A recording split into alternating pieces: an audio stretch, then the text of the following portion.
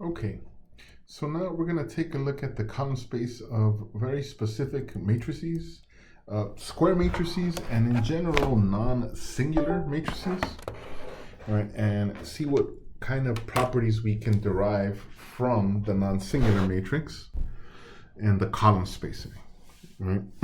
So let's say we had a matrix and a reduced row echelon, right? Now, in this case, I know it's non-singular, but I mean, if I didn't, I would know right away after I reduce row echelon form. All right, so I have this matrix. I reduce, I'll call it matrix A. I reduce row echelon form, and then I arrive at the identity matrix I3.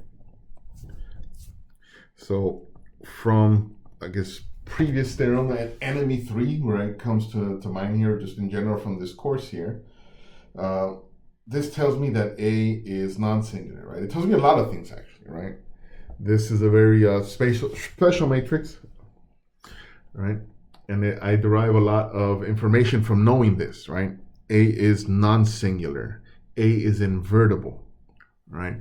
A linear system for a vector B and the coefficient matrix A gives me a unique solution every single time, right? All of these properties are assumed, are true once I establish one of them, right?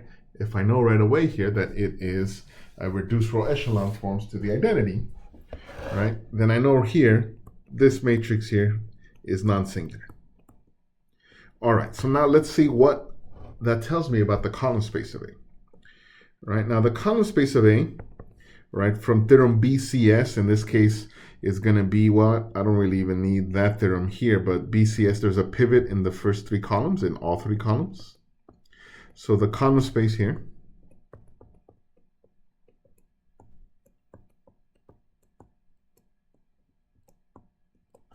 okay. Now BCS does guarantee me that the set is linearly independent. So I have a set of size 3 in R3 that is linearly independent. So what that tells me is that the column space of A actually spans all of R3. So it is R3.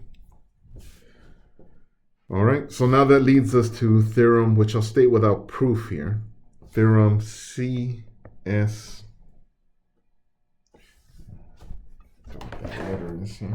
Let's see what C.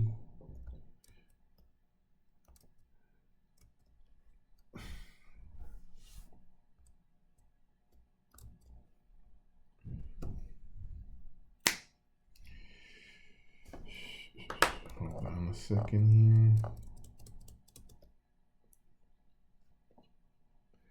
Theorem CSNM.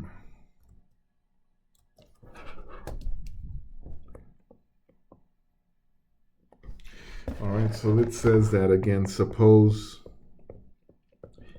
A is square, n by n. Then A is non-singular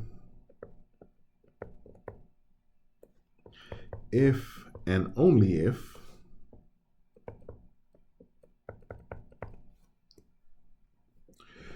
CA, the column space of A, is equivalent to R to the n.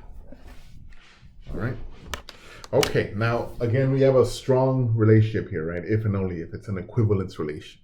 So that actually gives me a broader, more in the, if I pull out here in the broader context of what we've been talking about so far, right? If it's singular, then the column space spans Rn. If the column space spans R to the n, then it is singular. Well, now I can add to my previous theorem, NME34, I have another iteration, NME4 here. I can add to this, right? The previous one was round 3, right, where I had 6 of them. So NME4 adds one more, right? So non-singular matrix equivalences, all right? So we see here kind of the properties of our non-singular matrices. So A is non-singular, A row reduces to the identity matrix. The null space of A contains only the zero vector. The linear system, LSAB, has a unique solution for every possible choice of B. The columns of A are linearly independent set. A is invertible, right? That's where we left off in round 3. And now, since it is equivalent to say the column space is Cn or R to the n, that is our 7th thing here. The column space of A is C to the n, right? And again, right, I'll remind you that these are not 7 different theorems, right? This is one theorem that tells me if you know one of these is true, the other 6 are also true as well. All right, so that's what that is telling me here.